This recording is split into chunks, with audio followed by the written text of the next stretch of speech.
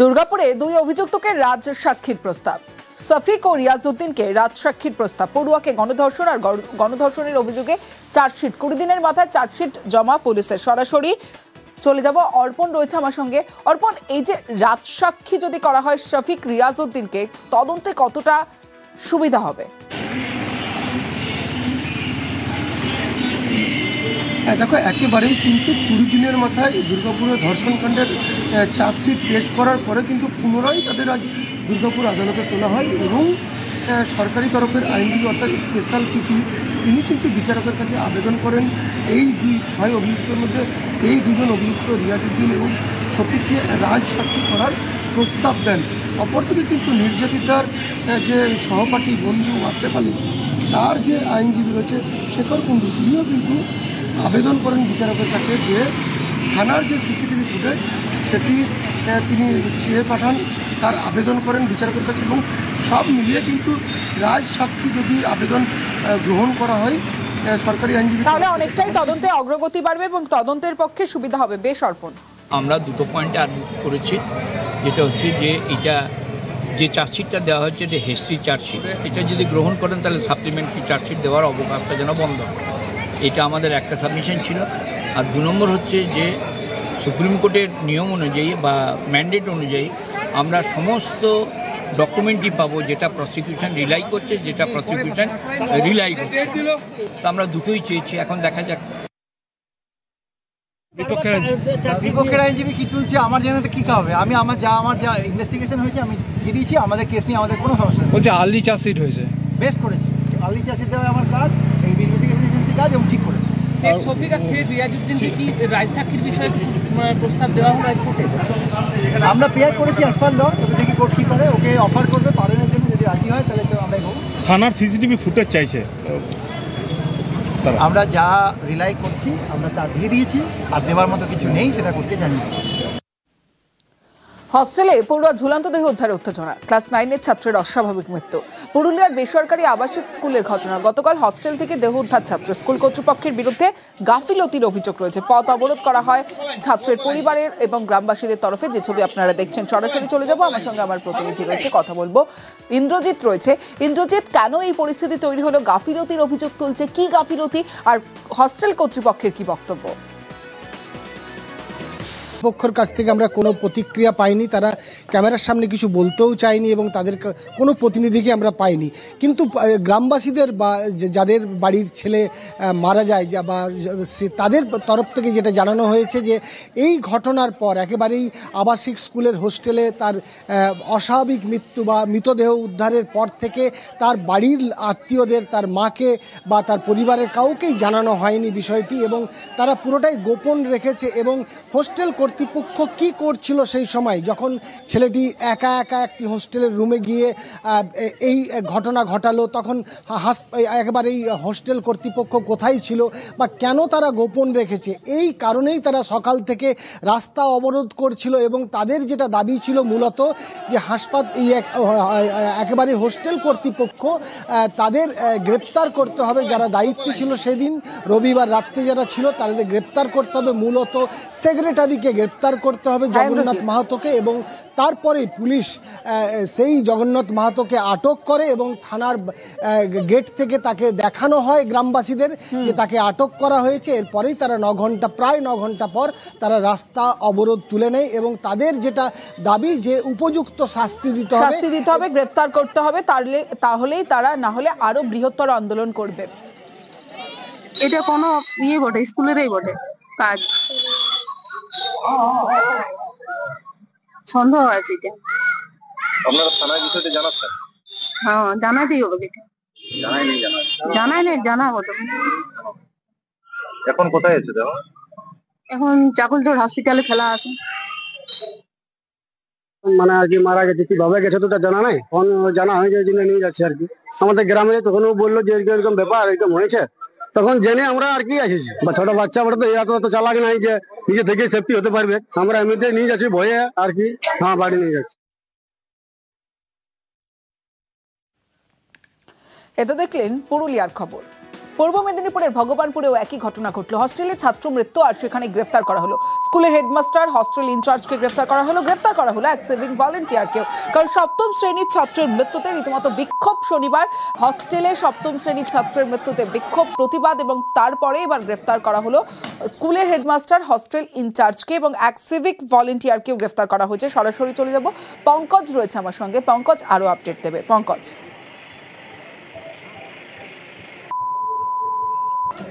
দেখো তমস্বী, গত শনিবার সন্ধ্যা 6টার সময় যেখানে ভীমেশ্বরী, ভগবানপুর থানার ভীমেশ্বরী রামকৃষ্ণ শিশু শিক্ষা নিকেতনে এক হোস্টেলে ছাত্রের অস্বাভাবিক মৃত্যু হয়। আর সেই অস্বাভাবিক মৃত্যু ঘিরে কিন্তু রণক্ষেত্র চেহারা নেয়, যেখানে সন্ধ্যা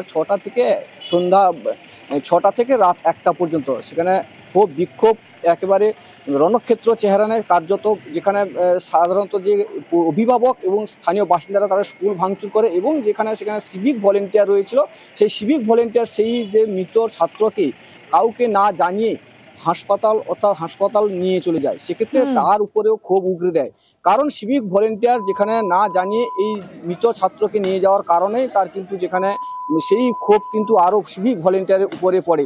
আর তারপরে সিভিক ভলেন্টিয়ারকেও গ্রেফতার করা হয়েছে। বেশ, পরের রিপোর্টারে এবার চলে যাব আসানসোলে। পুরসভার কমিউনিটি হল খুলতে বাধা, টেন্ডার প্রাপ্ত সংস্থাকে বাধা দেওয়ার অভিযোগ কাউন্সিলরের বিরুদ্ধে। সরাসরি চলে যাব, দীপক রয়েছে আমার সঙ্গে। দীপক, টেন্ডার প্রাপ্ত সংস্থা, সে কাজ করবে এবং সেখানে কমিউনিটি হল খুলবেন, কিন্তু কাউন্সিলরকে বাধা দেওয়ার একটা অভিযোগ রয়েছে কাউন্সিলরের বিরুদ্ধে, কিন্তু কেন?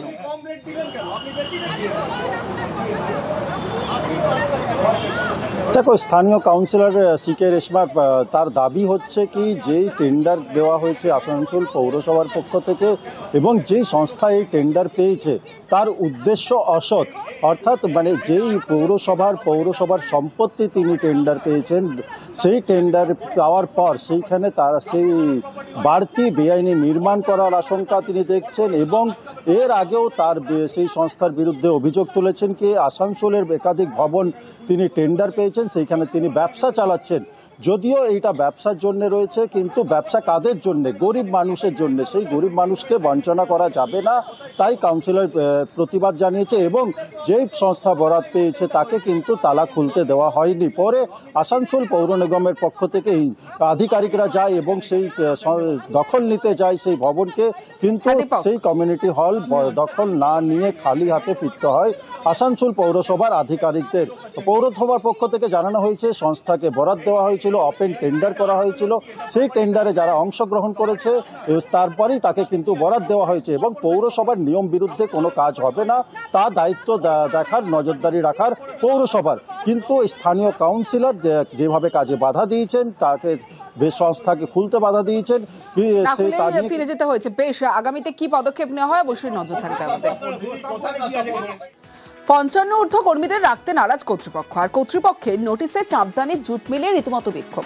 কাজ বন্ধ রেখে জুট মিলের সামনে বিক্ষোভে শ্রমিকরা। সরাসরি চলে যাব, সোমনাথ রয়েছে আমার সঙ্গে। সোমনাথের থেকে জানবো, সোমনাথ, কর্তৃপক্ষের কেন এমন একটা নির্দেশিকা যে যেখানে 55 ঊর্ধ্ব কর্মীদের রাখতে নারাজ কর্তৃপক্ষের কি বক্তব্য এবং যারা বিক্ষোভ দেখাচ্ছিলেন বিক্ষোভকারীদের কি বক্তব্য?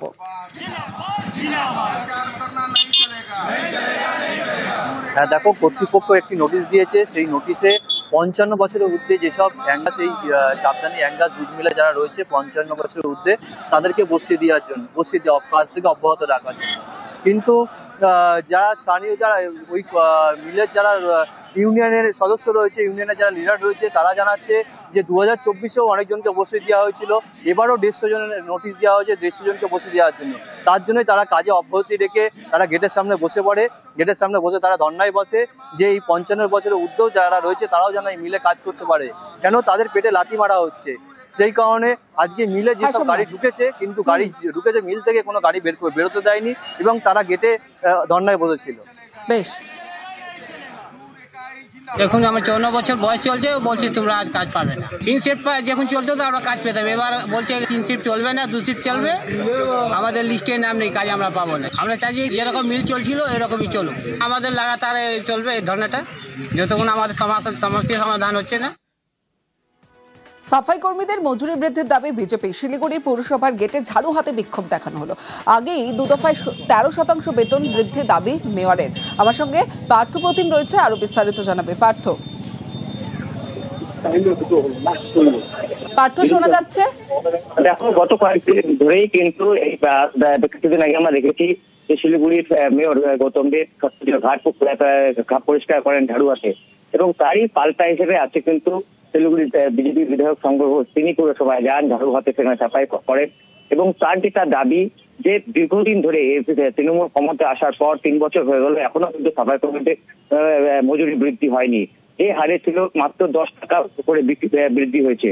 কেন এই সাফাই কর্মীদের মজুরি বৃদ্ধি হচ্ছে না সেই দাবি জানিয়ে তিনি কিন্তু প্রতীকীভাবে আজ এই ঝাড়ু হাতে তিনি সাফাইয়ের কাজে হাত দেন, এবং অবিলম্বে যাতে এই সাফাই কর্মীদের মজুরি বৃদ্ধি পায় সেই দাবি কিন্তু তিনি জানান। যদিও বিধায়কের এই দাবিকে উড়িয়ে দিয়েছেন মেয়র গৌতম দেব। তিনি পাল্টা জানান, তার তো পাল্টা যে এর আগে 10% পরবর্তীতে 3% হারে, অর্থাৎ 2 দফায় কিন্তু সরকারি সাফাই কর্মীদের যেমন মজুরি বৃদ্ধি হচ্ছে, তেমনি তাদের হেলথ স্কিমের আওতায় আনা হচ্ছে, অন্যান্য সুযোগ সুবিধা দেওয়া হচ্ছে।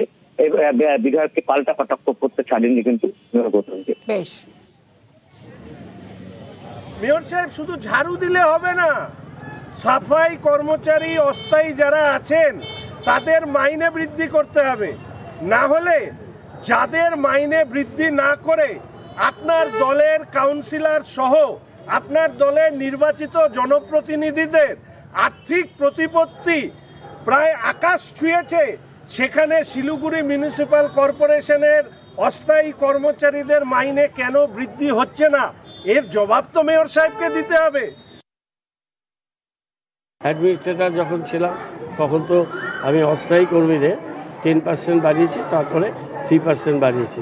তাদের হ্যাজার্ডাস ওয়ার্কার যারা, তাদের জন্য অ্যাক্সিডেন্টাল বেনিফিটে 2 লক্ষ টাকা ইন্স্যুরেন্স করেছে। আর সমস্ত কর্মচারীদের যারা রেগুলার, তাদের হেলথ ইন্স্যুরেন্স 2 লাখ টাকা করে করেছি, এবং যত টাকা প্রিমিয়াম দিই তার থেকে বেশি ক্লেম হয়েছে। পলিটিক্যাল এই ধরনের পুরসভার ভিতরে এটা 2 দিন পরে করলেও পারত। ওর প্রতি আমার শুভেচ্ছা থাকলো, বয়সে অনেক ছোট, এবং যে দলটা করবে সেই দলটাই যেন মনে প্রাণে করে, আবার বিজেপি থেকে আরো কোনো জায়গায় যেন না যায়। নদিয়ায় আটক বাংলাদেশি ব্লগার গ্রেফতার। গত বুধবার বাংলাদেশি ব্লগারকে আটক পুলিশের, এবার গ্রেফতার করা হলো বাংলাদেশি ব্লগারকে। কিন্তু কি কারণে গ্রেফতার করা হলো? গয়েশপুরে ভাড়া থাকছিল দীর্ঘদিন ধরে। রঞ্জিত রয়েছে আমার সঙ্গে। রঞ্জিত, কি কারণ রয়েছে?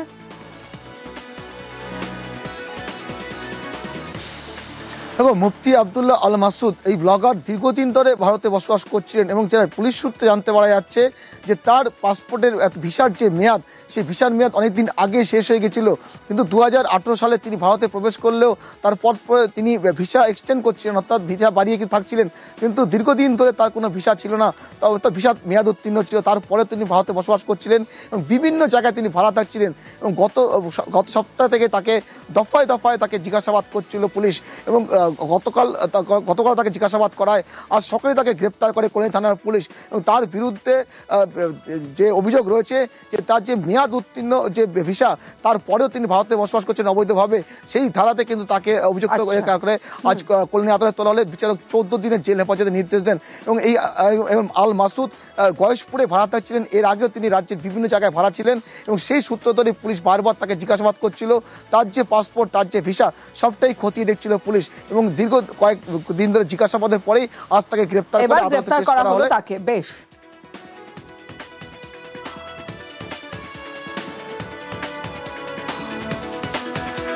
সাপেচ্ছ বলে কিশোরের মৃত্যুতে রীতিমতো চাঞ্চল্য। চিকিৎসকের বিরুদ্ধে ইচ্ছাকৃত গাফিলতির অভিযোগে থানায় কিশোরের পরিবার।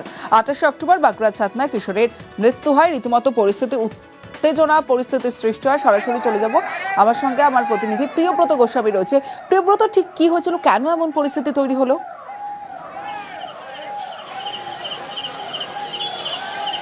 গত মঙ্গলবার সন্দীপ রানা কিশোর মির্গা গ্রামের সেই ছাপনা থানার মির্গা গ্রামের বাড়ি কিশোর গিয়েছিলেন জমিতে রেখে এবং তারপরে জমি থেকে ফিরে আসার সময় তাকে বিষধর চন্দ্রবড় সামনে দর্শন করে এবং পরবর্তীকালে দেখা যায় যে 5 মিনিটের মধ্যে সাইকেল নিয়ে পৌঁছে যায় যে স্থানীয় সাদা সুপার স্পেশালিটি হাসপাতাল থেকে। এখানে কিন্তু বলা হয় কর্তব্যরত চিকিৎসকের পক্ষ থেকে যে অভিভাবক না হলে চিকিৎসা করা হবে না।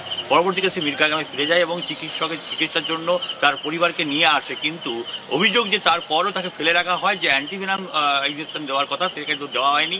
পরবর্তীকালে বেশ কিছুক্ষণ দেরি করার পর তাকে বলে দেওয়া হয় যে তাকে রেফার করে দেওয়া হয়েছে, স্থানান্তর করে দেওয়া হয়েছে বাঁকুড়া সম্মিলনী মেডিকেল হাসপাতালে। কিন্তু এই যে 2 ঘন্টা সময় লেগে গেছে সেই কারণেই এই কিশোরের মৃত্যু হয়েছে এবং তার পরবর্তীকালে যে বুধবারে বিকেলের টাকার মৃত্যু হয় এই কিশোরের। এবং সেখানেই অভিযোগ যে এই যদি দেরিটা না করা হতো বা কর্তব্যরত চিকিৎসক যে শঙ্কর ঘোষের দিকে অভিযোগ, সেই অভিযোগ তো চিকিৎসক যদি দেরি না করতেন সেক্ষেত্রে কিন্তু এই কিশোর বাঁচতে পারত। পরবর্তীকালে উত্তাল হয় পরিস্থিতি, অভিযোগ করা হয় এবং লিখিত অভিযোগের ভিত্তিতে তদন্ত নামে কিন্তু থানায় অভিযোগ করা হয়েছে। এই মুহূর্তে পরিবারের পক্ষ থেকে এই ঘটনার তদন্তে নেমেছে পুলিশ এবং তদন্তে কি উঠে আসে অবশ্যই নজর থাকবে আমাদের। মা বাবা দুজনে আমরা এফআইআর করেছি ডক্টর শঙ্কর ঘোষের বিরুদ্ধে। আমার ছেলেটিকে জমিতে সাপে কামড়ি দেয়, তারপর সে প্রথমে নিজে কারোকে কিছু না বলে সে চলে যায় সোজা হসপিটালে। সেখান থেকে সিকিউরিটি গুলো বলে দেয় যে তোর ঘরে গার্জেনকে ডেকে নিয়ে আয়। সে সোজা সবাইকে নিয়ে আবার ঘুরে আসে। তারপর যখন গার্জেন নিয়ে গেল তখন কিন্তু সেখানে ডাক্তারবাবু ওকে ইঞ্জেকশনটা দিল না। তারপর আমাদেরকে ডেকে বললো যে এটা কিন্তু বিষধর সাপেই কামড়িয়েছে, তোমরা তাড়াতাড়ি এখান থেকে রেফার করেছে। অভিযোগ করলেই তো আমরা সঙ্গে সঙ্গে ওটা একতরফে বিচার করতে পারি না, আমাদের জিনিসটা খতিয়ে দেখতে হয়।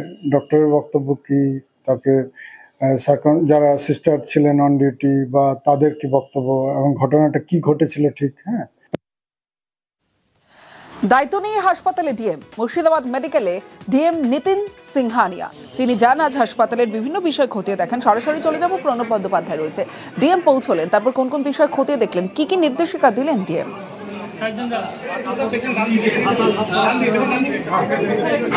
দেখো, হাসপাতালে পরিষেবা নিয়ে বিস্তর অভিযোগ ছিল এবং তারপরে কিন্তু দায়িত্ব নিয়ে কয়েকদিন আগেই মুর্শিদাবাদের জেলা শাসক হিসাবে তিনি দায়িত্বভার নিয়েছেন। তারপরে কিন্তু আজকে দুপুরবেলা তিনি হাসপাতালে পৌঁছে যান এবং হাসপাতালে বিভিন্ন আধিকারিকদের সঙ্গে তিনি প্রথমে বৈঠক করেন।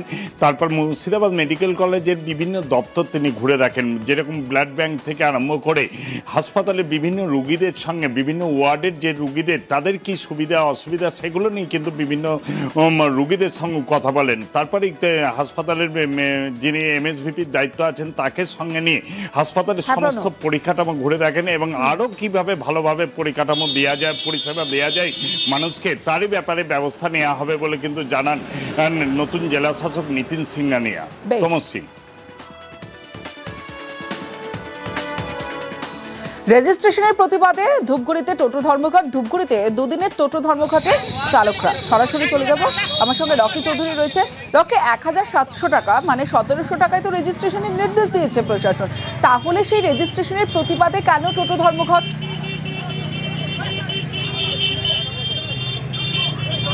দেখো তমসী, রাজ্য সরকারের তরফ থেকে কিন্তু যে সকল টোটো রয়েছে সেগুলিকে কাগজ ঠিকঠাক করে রেজিস্ট্রেশন করার জন্য জেলা শাসককে বলে দিয়েছে। এরপরে কিন্তু ধূপগুড়িতে বিভিন্ন জায়গায় দেখা গিয়েছে যে রেজিস্ট্রেশনের কাজ শুরু হলেও রীতিমতো টোটো চালকরা কিন্তু আন্দোলনে নেমেছে। তাদের দাবি 1700 টাকা যে রেজিস্ট্রেশন ফি তা তাদের কাছে অত্যাধিক হয়ে দাঁড়াচ্ছে। তার পাশাপাশি যে সকল বিধিনিষেধ তাদের উপরে চাপিয়ে দেওয়া হয়েছে, তাদের রুট বেঁধে দেওয়া হবে, তারা মেনে নেবে না, কারণ তাদের সঙ্গে কোনো রকমভাবে আলোচনা ছাড়াই প্রশাসন এই ব্যবস্থা নিতে পারে না। যে সকল বিধিনিষেধ আরোপ করা হয়েছে তার মধ্যে রয়েছে যেরকম রেজিস্ট্রেশন, ইন্স্যুরেন্স এবং অন্যান্য যাবতীয় বিষয়, এবং 2 বছর পর নাকি টোটো চেঞ্জ করে দিতে হবে, এমনটাই দাবি করেছে টোটো চালকেরা। আর এই কারণে তারা আন্দোলনে নেমেছে, যার ফলে সমস্যায় পড়েছে যাত্রীরা। তার পাশাপাশি কিন্তু যে সকল যাত্রীরা সমস্যা হয়েছে তাদের গলায় শোনা গিয়েছে যে সরকার যেটি করেছে তা ঠিক করেছে, কারণ সেই কাগজপত্র না থাকলে বড় ধরনের কোনো দুর্ঘটনা ঘটে, কারো মৃত্যু ঘটে গেলে সেখানে কিন্তু খোরপোশ বা কোনো রকম সরকারি অনুদান পাওয়া যেত না। একেবারে রেজিস্ট্রেশন হলে অনেকটাই সুযোগ সুবিধা বাড়বে। বেশ, ভিখারির ছদ্মবেশে বাড়িতে চুরি, পুলিশের জালে 4 মহিলা। মুর্শিদাবাদের ভরতপুরের ঘটনা। আর সেই ভরতপুরের ঘটনায় 4 মহিলাকে পুলিশ গ্রেফতার করলো। কিভাবে সম্ভব হলো এই 4 মহিলাকে গ্রেফতার করতে? সরাসরি চলে যাব, প্রণব বন্দ্যোপাধ্যায় রয়েছে আমার সঙ্গে। প্রণব,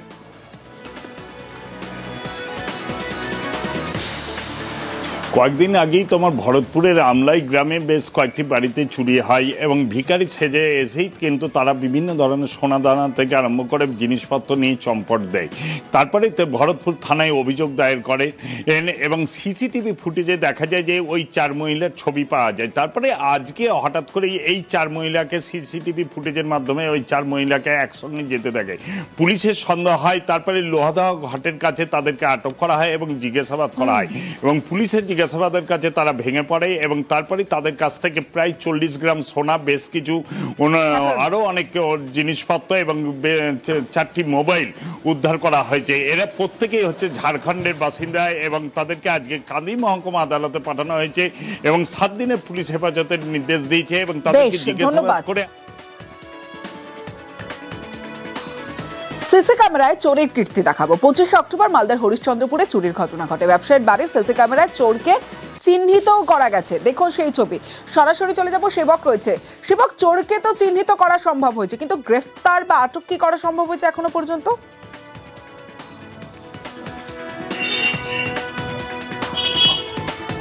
দেখো, যে ব্যবসায়ীর বাড়িতে চুরি ঘটনা বা লুটপাটের ঘটনা ঘটেছে তিনি ক্ষোভ প্রকাশ করেছেন যে এখনো পর্যন্ত পুলিশের ভূমিকায় তিনি খুশি নয়, কারণ পুলিশ এক্ষেত্রে এখনো পর্যন্ত দুষ্কৃতীদের গ্রেপ্তার করতে পারেনি। যদিও সিসিটিভি ফুটেজ পুলিশের হাতে রয়েছে এবং সিসিটিভিতে স্পষ্ট দেখা যাচ্ছে 1, 2, 3, 4 করে সব মিলিয়ে প্রায় 6 জন দুষ্কৃতী তারা এই ব্যবসায়ীর বাড়িতে ঢোকেন।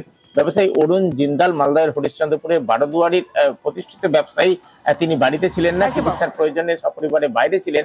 সেই সময় দীর্ঘক্ষণ ধরে একাধিক ঘর মানে কার্যত লন্ডভন্ড তছনছ করে প্রচুর সোনার গয়না, রূপোর দেবমূর্তি সব মিলিয়ে 30 লক্ষ টাকারও বেশি লুটপাট হয়েছে বলে অভিযোগ। এই ঘটনায় এখনো পর্যন্ত কেউ গ্রেপ্তার না হয় ক্ষোভ বাড়ছে হরিশ্চন্দ্রপুরে। বেশ, সব তালা ভেঙে, তালা কেটে, দরজা ভেঙে সব জিনিসপত্র নিয়ে চলে গেছে। পুলিশকে ফুটেজও পেয়েছে, পুলিশ তদন্তে এসে ফুটেজও পেয়েছে। আমার সিসি ক্যামেরার আনা হয়েছিল, কিন্তু তার ডিভিআর যেটা ছিল সেটা পুলিশ পেয়েছে। ঠাকুর, ক্যাশ টাকা সব নিয়ে চলে গেছে। আমার রূপোর বাসন টাসনও ছিল, অলঙ্কারও ছিল, সোনারও অলঙ্কার ছিল, সব নিয়ে চলে গেছে।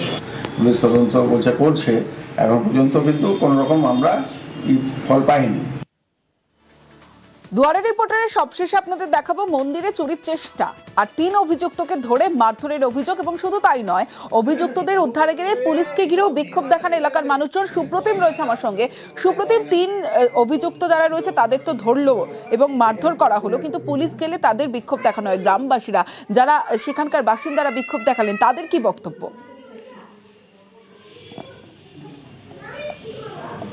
দেখো, সিউড়ির লম্বধরপুর এলাকায় একটি মন্দিরে আজকে চুরি হয় এবং সেখানে কিন্তু পুলিশ আসে, পুলিশ তদন্ত করে, কিন্তু দুপুরবেলায় 3 জন যুবককে স্থানীয়রাই কিন্তু ধরে রেখে একটি বাড়ির মধ্যে আটকে রাখে এবং তাদেরকে মারধর করে বলে অভিযোগ। এরপর পুলিশ সেখানে যায় তাদেরকে উদ্ধার করতে। পুলিশ তাদেরকে বিশাল পুলিশ বাহিনী নিয়ে গিয়ে উদ্ধার করে, কিন্তু স্থানীয়দের অভিযোগ হচ্ছে যে বারবার এলাকায় চুরি হচ্ছে এবং এই যুবকরাই চুরি করছে, এমনটাই অভিযোগ। এবং পুলিশকে বারবার বলা সত্ত্বেও পুলিশ কিন্তু সেভাবে কোনো অ্যাকশন নেয়নি। এবং তারপরেই কিন্তু আজকে যখন পুলিশ আসে তাদেরকে ঘেরাও করে কিছুক্ষণ বিক্ষোভ দেখায়। যদিও পুলিশ কিন্তু 3 অভিযোগ থেকে উদ্ধার করে নিয়ে এসছে এবং পুলিশ জানিয়েছে আগামী দিনে যাতে কোনো চুরি না হয় এলাকায়, তার জন্য কিন্তু পুলিশের টহলদারি বাড়ানো হবে। বেশ, সুপ্রতিম।